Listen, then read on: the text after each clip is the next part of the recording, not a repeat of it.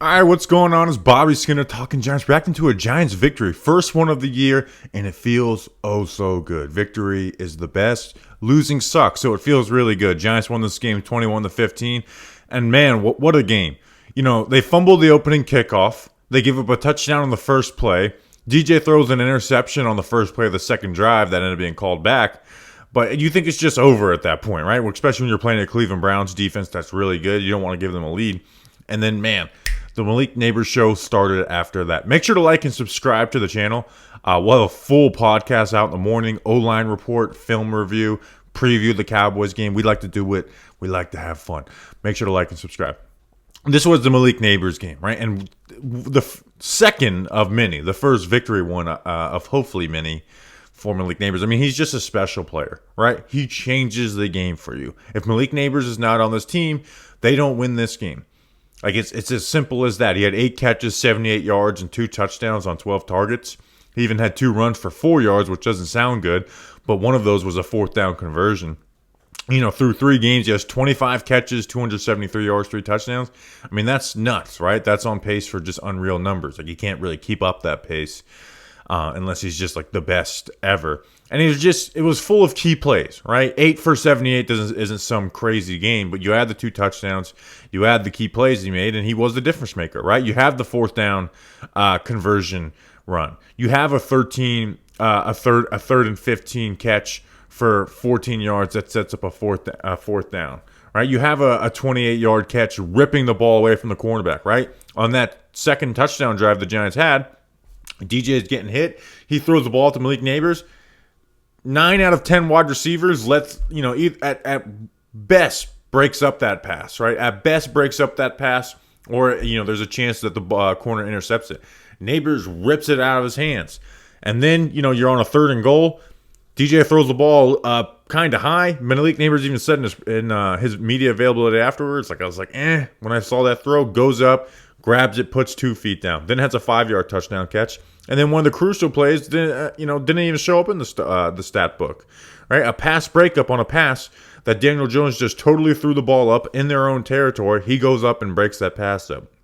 And he also had a big play where DJ, just overthrew it. So he's a difference maker. That's why you go and draft that guy at 6 overall. That's why you don't force, quarterback over a player like Malik Nabers, because it's like whenever you do get what you think is the quarterback, Malik Nabers is a very nice piece to have, and he's someone who can contribute to winning games and contribute to winning a championship. We're only 3 games in, and I'm sitting here like, man, I get to watch this guy hopefully for his whole career or the large majority of it. Like, that's sick, right? We've got a star in Malik Nabers, and we said we have to see it from day one, and we have seen it. With DJ, 24-34, 236 yards, 2 touchdowns, 0 interceptions. Obviously had some really nice plays to Malik Nabers and a couple to Wan'Dale Robinson, some big ones to Wan'Dale.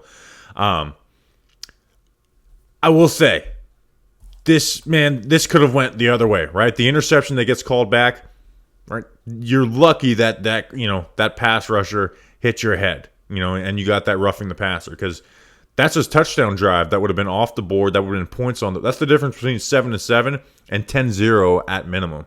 Nabers had the pass breakup on that little, play action rollout, throw to the other side. Lucky they got out of that. And then, Nabers catching that overthrow for a touchdown eliminates the overthrow to Theo Johnson, who was wide open on the play before that. But he looks comfortable in this offense. We can't hit a deep pass for the life of us. I think DJ's 2 for 10 on deep passes this year. So that stinks, but at least he's not broken, like totally broken. And this is a really good Browns defense too, right? This isn't the Commanders game where it's like, this defense isn't impressive. Like, the Browns defense is really good, right? Like, here's an example of the Browns defense being really good. Andrew Thomas had his worst game since his rookie year against the Cardinals. That was his worst game since that year. Gave 3 quarterback hits and 5 pressures. Like, I had never. There's been times where Thomas has lost over the last few years, right? And certain plays, right? Michael Parsons got him for a couple times, but just a game where I saw him get beat consistently.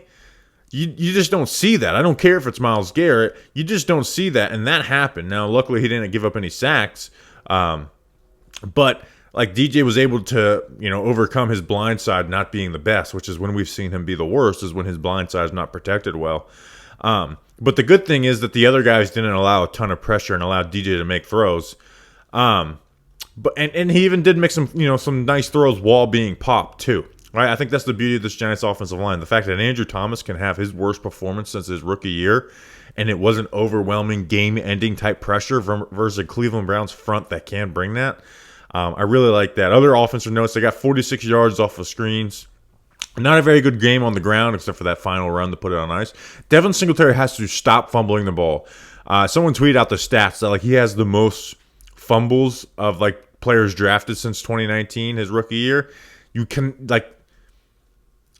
that's the difference between winning and losing last week, right? That can make the difference between winning and losing games, right? If Devin Singletary doesn't fumble the ball these back-to-back weeks, they could be 2-1, and it could have led to them being 0-3.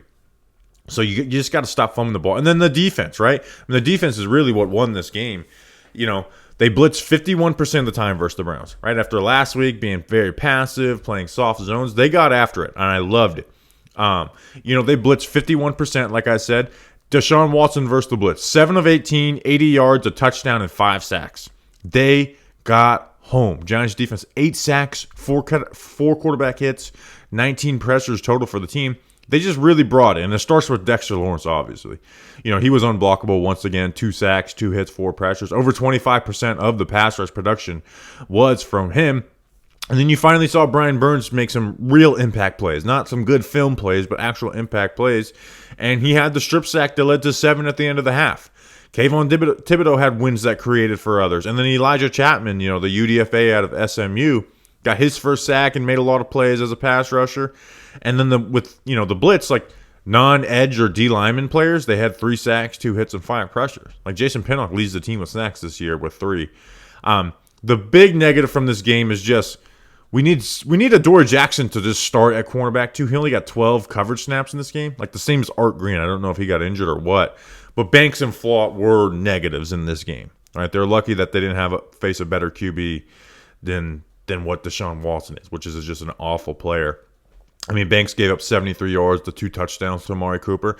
It's just at the catch point, right? This has been an overwhelming theme that we've had for Malik Nabers, including going into training camp, where it's he's usually in a good spot, but he needs to finish plays, right? There's been too many of those plays, and then when he's truly one-on-one and I with those wide receiver ones like Amari Cooper, you give up a touchdown like that. And then Flott actually did make a tackle for a loss, but he missed some tackles. He gave up 6 catches on 6 targets, so we need to hit better out of him. But hey, it feels good for the Giants to get a victory. It's a short week. You got to turn around and play the Dallas Cowboys, who are losing 14-3 right now at almost the half. So short week, tough Cowboys team, but nice win for the Giants, right? Not beating some lowly garbage team, but a defense that's real deal and an offense that is kind of trash. But I appreciate you guys. Again, like and subscribe, all that good stuff. See you when we see you. Until then, let's go big.